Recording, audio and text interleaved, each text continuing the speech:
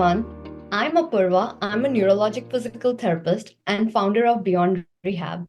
Beyond Rehab is a neuro rehab and wellness clinic. We specialized in offering individuals with Parkinson's, dystonia, functional neurologic disorders, and other complex conditions.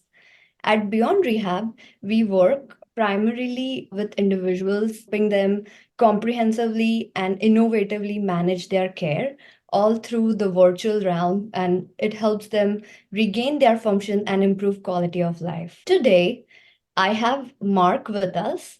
Mark and I met in October since the start of his Dystonia program. He worked with us for the course of 3 months, and it's absolutely an honor to have him join us today to share about his journey and his experience working with us. I'd like to introduce Mark. Mark is very well known for his outdoor adventures. He commonly and regularly goes out for outdoor expedition with his son, friends, and always looking for new outdoor activities to be involved in. He's also very active in social work. He works with young adults and kids, supporting them, helping them in all different ways. And he loves to take on new house projects, be active, find new ways to challenge himself. And his background is in civil engineering, so he's been connecting and being very creative in his work. So, welcome, Mark. Absolutely pleasure to have you with us today. Well, thank you for that's quite a introduction. So I remember like when you started working, we started initially just connecting, talking about like how the program works. So today I just wanted to take some time to chat with you and share with others about your journey.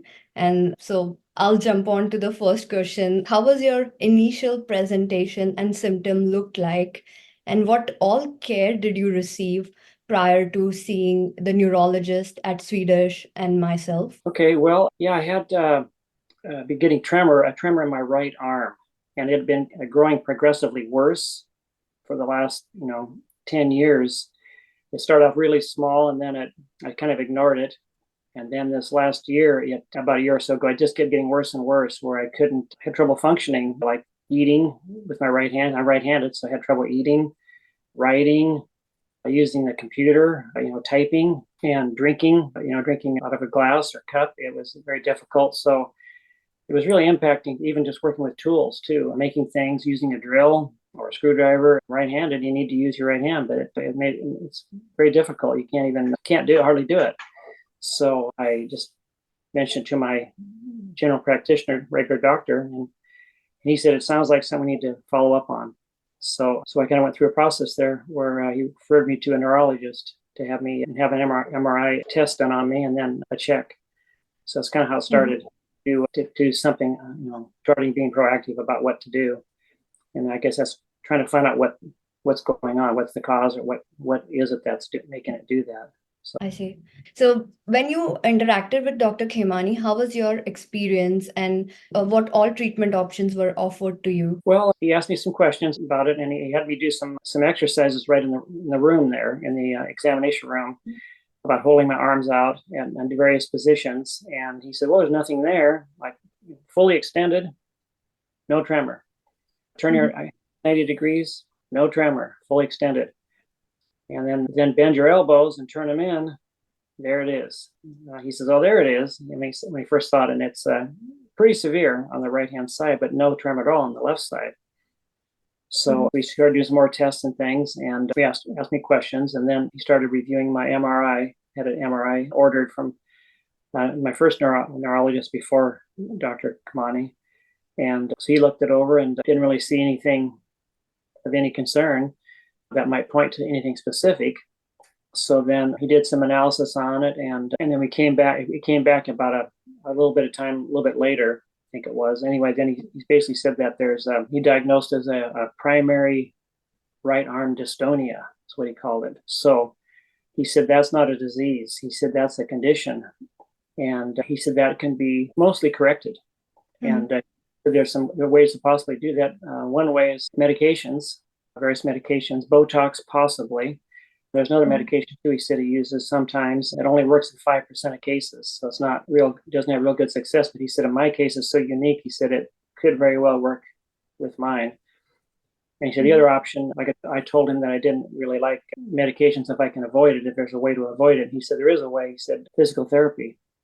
And he said, I'm going to send you Mhm. to a physical therapist. I'm going to recommend one, and recommended Apurva. And then he said, go through that for a few months till our next appointment. And that was Mhm. the appointment was set for January of this year. And then about 3 months later, and then from the initial appointment. And then, so that's what I did. I went to Apurva and worked with her. Started off a couple times, I think weekly or a couple times a week. And then we went to once a week, and then we went once every 2 weeks, something like that. And then eventually went to once. Right. So, Yeah, we gradually tapered our way down. yeah. So, starting like right from the beginning, how was your experience working and getting ready for this neuro rehab program? How did you go about it? Oh, well, as far as getting ready for it, I kept Mhm. active and tried to keep a positive attitude because I felt like I was going downhill pretty fast because, I've heard other people have tremors and the next thing you know, you can't do anything anymore. You can't even dress yourself. You can't eat. You got somebody feed you. And I thought, that's the way I'm going. This is not good. So, especially if it spreads to the other side, to my left side, but it hadn't, it still hasn't. But anyway, so that was kind of a downer on that. But I thought, well, I'm going to do what I can to try to, keep a good attitude and see if I can do this. And then, so I approached it that way and then kept active. I didn't want to just sit and, Mhm. sit and atrophy. I just want to keep moving, do things. So I kept moving Amazing. and kept working things, trying to work so I would figure whatever physical therapy guidance I received, I would try to follow the best I can. So during our time together, like almost around 3 months, roughly 12 sessions. So how did you feel learning, understanding about different movement practice, integrating it in your routine? How was that experience for you, and how was the motivation piece for you throughout? Well, it seemed kind of funny at first to do these different things, but I thought, well, I'll give it a try. I mean, it won't hurt to try it. It's pretty Mhm. painful. Just it takes a little bit of dedication and time, and Mhm. and you have to be motivated to do it, to want to do it. Otherwise, it cuts into your day for doing other things. But it's kind of important too. I mean, if you're not able to move very properly, involuntary movements pretty bad to Mhm. live with. So I just started incorporating them. Try to do them twice a day. I try to do them a few in the morning or midday, and then some in the evening. Usually in the evening, even during watching a movie or something, I would kind of do them during a movie or something like that, Mhm. where I go through various routines to try to break up my thought pattern and help to do a different way of doing the same thing, basically, like a different position of holding your arm for drinking, how to hold your hand for drinking, and just doing it instead of just doing a different way of doing it rather than just the same way you always do it. And that way, it kind of breaks Right. up thought pattern. Mhm. So what I did, and it seemed to help. Nice. So, as you've noticed, like we always had this exercise where we used to problem solve and find ways how can we better design the exercise and how can you integrate. So, getting your inputs and learning from you, seeing what all resources you have around you was really helpful to get this more refined. Yeah, definitely. We definitely worked really well to focus on specific tasks that were difficult. So Mhm. then we pick one or two each time, and one or two or three, and then we go through those and say, okay, here's what we're going to do for this one, like for using your knife and fork. What are we Mhm. going to Mhm. do? And then what are we going to do for drinking, or what are we going to do for writing, or using, or eating? Just various things. And then we would go through those activities, doing things differently, different positions over your head, sideways, crosswise, and A thinking lot about of it. fun happening. Yeah, and making your Right. mind other things instead of focusing on Mhm. the and try to direct your mind to think of other and completely different things and to Right. distract yourself while you're doing it. And it's amazing how actually I could do some of those tasks I couldn't do before. Just doing that, I could get that from the first session. I could start doing it. I mean, Mhm. I couldn't believe it. I could not believe it that I could actually hold the cup after a few practices and without shaking. And it's like, I mean, this I didn't think was possible, you know. Right. And it was you who was doing it all, right? Like there was no one in there for you. You were the one learning, creating a plan, like practice plan and repeating it. So you did really a good job. Well, you did a good job, recommending, giving me ideas of what I could do, and kind of showing Mhm. me, you led me along about which ones would work well. Then I just kept doing it on my own time, until the next time we meet. So all virtual meetings, but no, I thought it worked pretty well. I feel I made some good progress there, and so I'm really appreciative of that. So I Thank you. still continue doing it to this day, those exercises. So I'd like to take some time to reflect on your progress. So, especially around October when we met, you had a lot of trouble with using the silverwares, drinking, writing, and then now you are at the stage where you are able to really do all of this very finely and smoothly. So, could you talk more about it, your wins?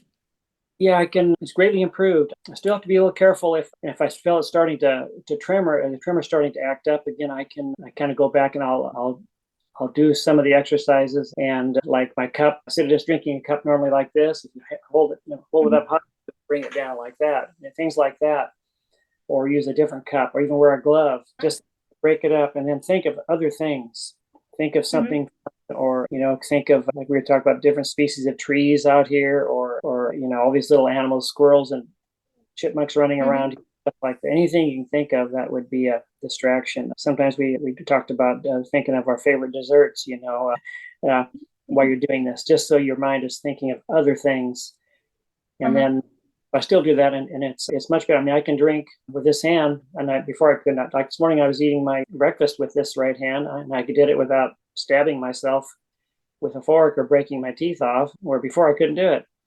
So that's a huge victory there. I'm also learning the piano. I just started piano here a week before Christmas. I thought I'd pick it up and get this Mhm. piano here. My kids are gone, and I thought, well, I'll start learning that. So I always want to do music, so I've been doing it on my own, and I've gotten quite a ways into the book now, and I can play a lot of things. But I still have some tremors sometimes on the piano. But focusing on the music a lot of times helps distract my brain enough so I can actually play the piano. So I'm working on that too. So there's a lot of small Mhm. victories here that keep happening, and so I've learned a lot how to deal with this thing, try to make it better. So Mhm. good to your help. Good to your help. I really appreciate that, your help and guidance and positive, cheerful attitude. So Thank you. And it was a really delight for me to see you come up with new ideas, new resources on how can you make it more fun, like at home. So that was really, really beneficial for this to get going. yeah, that's true too. Yeah, we did a lot of different things. Juggling tennis balls. Things like that. And while Right. you're walking backwards, no less. So it's so it's kind of a weird I thing, agree. but it actually helps. I don't know why it helps. It just does. So Right. One last question. So, as you got started and you were like, you were the one looking for different care options other than the medication, and eventually you got connected and you got started working with us. So, what advice do you have for others who are looking to get started, who are in the similar position to seek more of the multidisciplinary care? Uh, what advice do you have for them? well, if you notice something like this happening, some kind of a tremor, I'd say probably shouldn't wait as long as I did. I would say next time you see your regular doctor, just bring it to his attention. Just say, hey, let him know, because I never told him about it. I thought, well, it's too minor. I'm not going to bring it up. I can live with it. It's not that big a deal. But I fear there's nothing to do about it anyway, which isn't really true. And then it kept getting worse and worse. But anyway, if you start getting some weird symptoms like that, I'd say talk to your doctor about that. If you have a good doctor you can talk to, and then just kind of follow that advice there. And then it was basically went through a different doctor, some testing, the MRI, and then some other Mhm. tests in the office, just holding your hands in different positions to test certain things.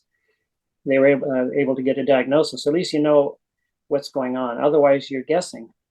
You're guessing. Oh, I'm Mhm. getting Parkinson's. Looks like in a few years I'm going to be dead. I'm going to live like a vegetable, and I'm going to be dead. Of course, we're all going to die soon enough, but sooner or later, but at least you can maybe live healthy until that time would be nice. So I just did that and told the doctors each time I went to the doctor, I told my preference. I prefer to avoid any kind of drugs if I can, if there's any other way. And then he said, well, there is another way. So that's what I did. If you like, some people like to go and take drugs right away because it's less effort. Just let the drug do the work. Well, I think that's a mistake. I think you need to spend a little bit of effort on your health and spend a little time on it, and try to help yourself as much as you can, not just wait for the drug to do it. So Agreed. Yeah. We need to do it more collaboratively. Like at times for few, it will be a combination of medication and therapy. For few, it will be just one. So even I agree with you. It's like we need to get out and seek the care and then collaboratively work together. Yeah. It's right. not just one thing which will help you. It's the more of the holistic care, and together things will work. Yeah, because basically there's four people involved here. My original doctor, their first neurologist, who recommended, and Dr.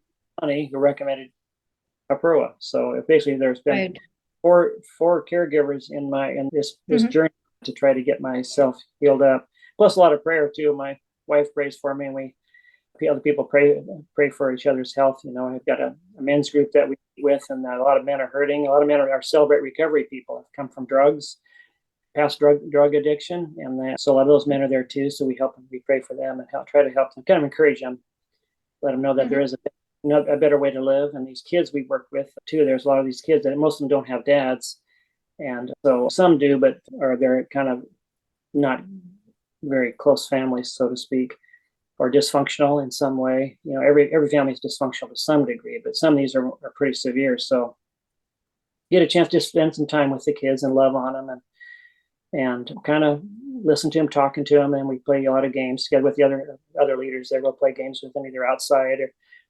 playground games, or it can be campfires, cooking marshmallows on the campfire, whatever it is. We do a lot of different things with the kids. Take them on hikes too, and they also go whitewater rafting and rock climbing too.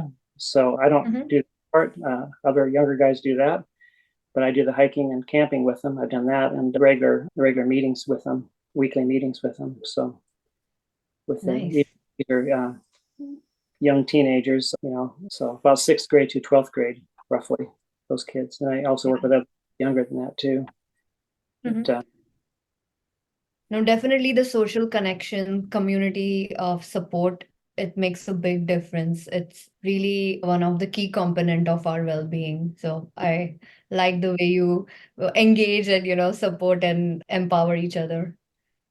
Yeah, I think it is important. You can't just, you can't just sit home, and be by yourself and just, you gotta do things and interact with other people, and not just virtually either. I find it very useful to work in, like, to get to see your home environment and see what all equipments you have and how can we use it for our session, because that's when you can easily repeat it every day. Otherwise, it's hard to put everything together and be consistent.